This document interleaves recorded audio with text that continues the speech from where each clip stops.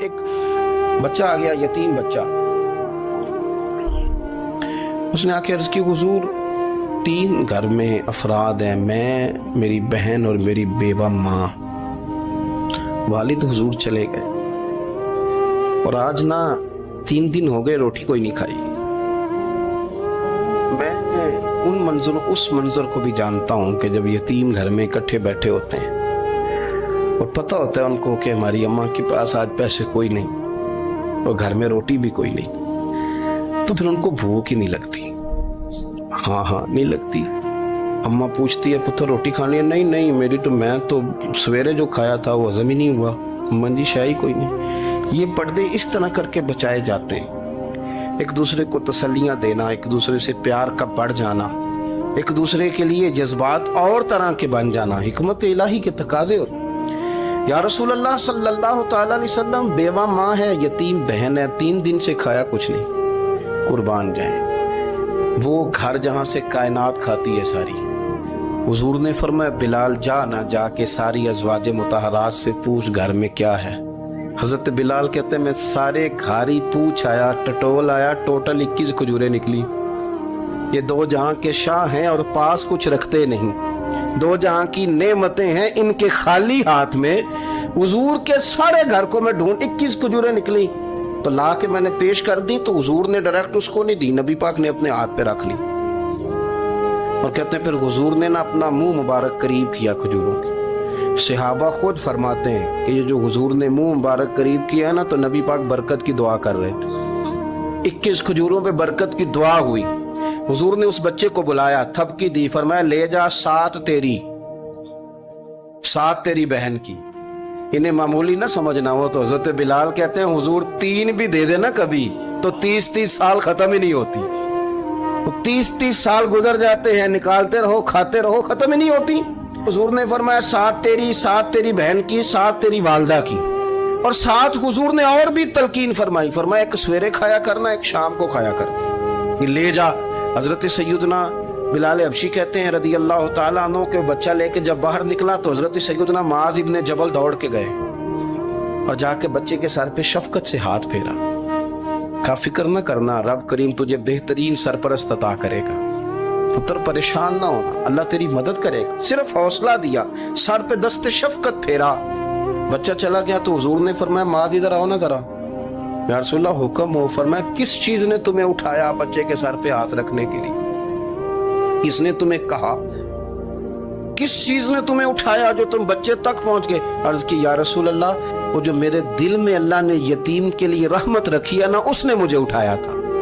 اور میں نے جہاں کے اس کے سر پہ دست شفقت پھیرا تو حضور فرمانے لگے سن پھر جو کسی یتیم کے سر پہ خالی ہاتھ بھی پھیر دے، جتنے بال اس کے ہاتھ کے نیچے آئیں گے نا رب اتنی خطائیں معاف کرے گا، اتنی نیکیاں دے گا، اتنے درجے اس کو بلند کر دے گا.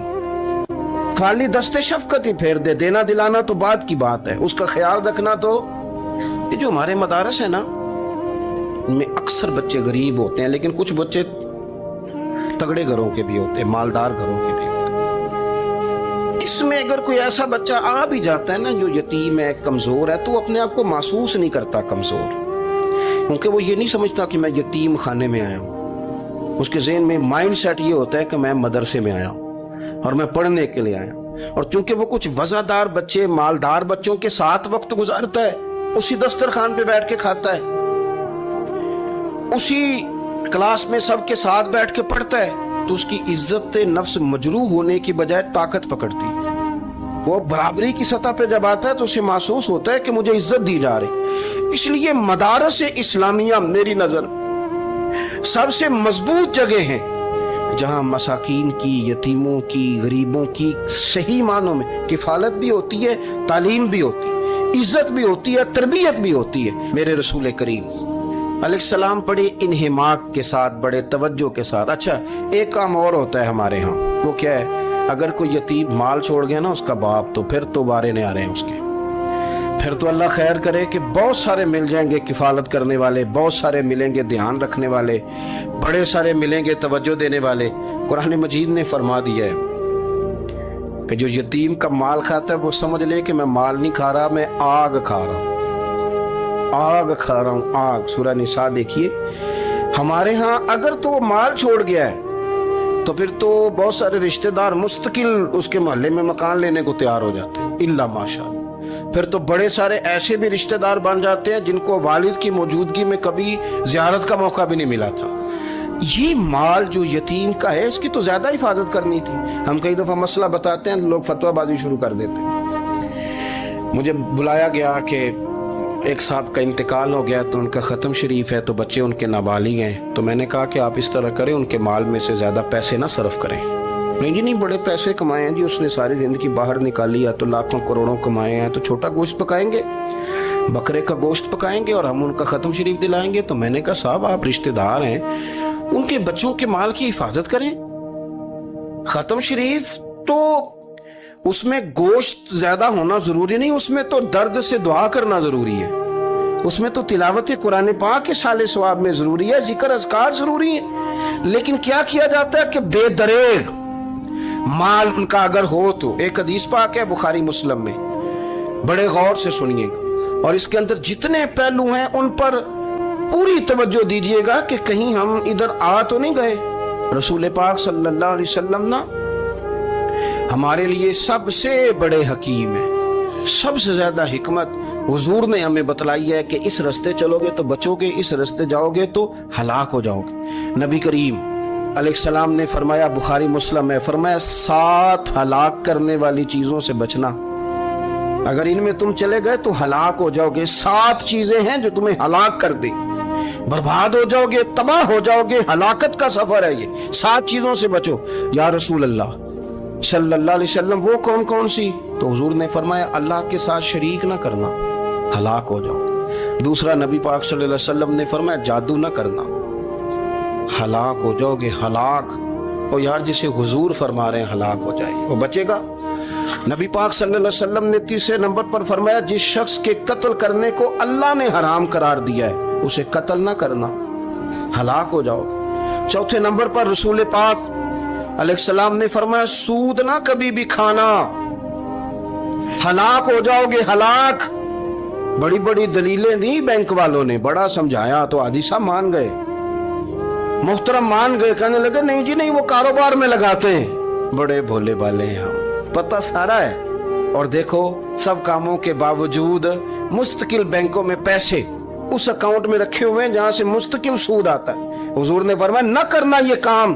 تو کہتے میں سود پہ پیسے لے کے کاروبار چمکاؤں گا، تیرے نبی پاک نے تو فرمایا تو ہلاک ہو جائے گا۔ تو کہتا میں میل لگاؤں گا، حضور نے تو فرمایا ہلاکت ہے۔ تو کہتا میں بڑا کچھ کر جاؤں گا تو ہلاکت ہے۔ اچھی طرح سمجھ لیں، اصل مال بھی ضائع ہو جاتا ہے اس بندے کا جو سود کا مال ملا لیتا ہے، اصل برکت بھی اڑ جاتی ہے۔ اور میرے نبی پاک صلی اللہ علیہ وسلم نے 5ویں نمبر پہ فرمایا یتیم کا مال نہ کھانا، ہلاک ہو جاؤ گے، نہ کھانا ان کا مال، یہ کروڑوں ہو، اربوں ہو یا 10 روپے ہو، یتیم کا پیسہ نہ کھا جانا، ہلاک ہو جاؤ گے، ہلاکت تمہیں آ لے گی۔ اور پھر 6 نمبر پر نبی پاک علیہ السلام نے فرمایا کفر سے جہاد ہو رہا ہو تو کبھی پیٹ پھیر کے بھاگنا نہ، ہلاک ہو جاؤ گے۔ اور 7ویں نمبر پر اللہ کے رسول نے فرمایا بے قصور اور بے گناہ عورت پر تہمت نہ لگانا، بلا وجہ بہو کے کھاتے نہ کچھ ڈال دے، بلا وجہ بھابھی اور بیوی اور کسی بھی خاتون پر کوئی الزام بے قصور عورت پر بہتان نہ لگانا۔ مار مار کے ایک شخص نے بحال کر دیا بیوی کو اور بعد میں پتا چلا کہ جی مجھے شاک ہے تعویذ کراتی ہے۔ کیا آپ کی سوچ ہے؟ مسلمان اللہ کو ماننے والا اور اس باتوں پر الزام لگائے گا تعویذ کرا کے لاتی بے قصور عورت پر بہتان۔ ایک تو بات ہے اسے مارنا اور ایک یہ ہے کہ کوئی تکلیف دینا، اور ایک خالی اتنی بات کی کہ بہتان بھی نہ لگانا، اس پر الزام نہ لگانا، یعنی تم نے صرف بے قصور عورت پر الزام ہی لگایا تو حضور فرماتے ہیں ہلاک ہو جاؤ۔ یہ ہلاکت والا کام ہے، لیکن ہم بغیر سوچے سمجھے کہہ دیتے ہیں اس نے کہا ہے، اس نے کیا ہے، یہ کرتی ہے، یہ کام نہیں کرے۔ یہ 7 وہ چیزیں ہیں جو ہلاک کر دیں گی۔ نبی پاک صلی اللہ تعالی علیہ وآلہ وسلم فرماتے ہیں میں نا جنت کا دروازہ کھولوں گا تو ایک عورت کو نا میں سبقت لے جاتے ہوئے دیکھوں گا، یعنی وہ جلدی سے جنت میں داخل ہو رہی۔ یا بعض شارحین کہتے ہیں کہ حضور داخل ہوتے ہی سب سے پہلے اس کا چہرہ دیکھیں گے، حضور فرمائیں گے تو پہلے ہی آ گئی،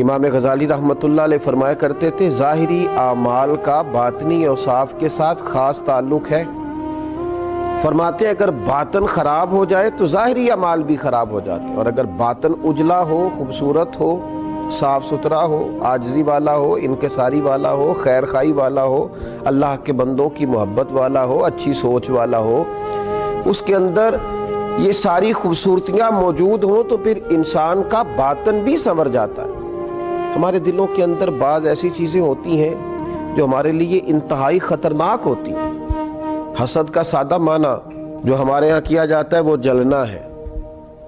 تو مجھے بتائیے جو آدمی جل رہا ہوگا وہ سکون کیسے پائے گا؟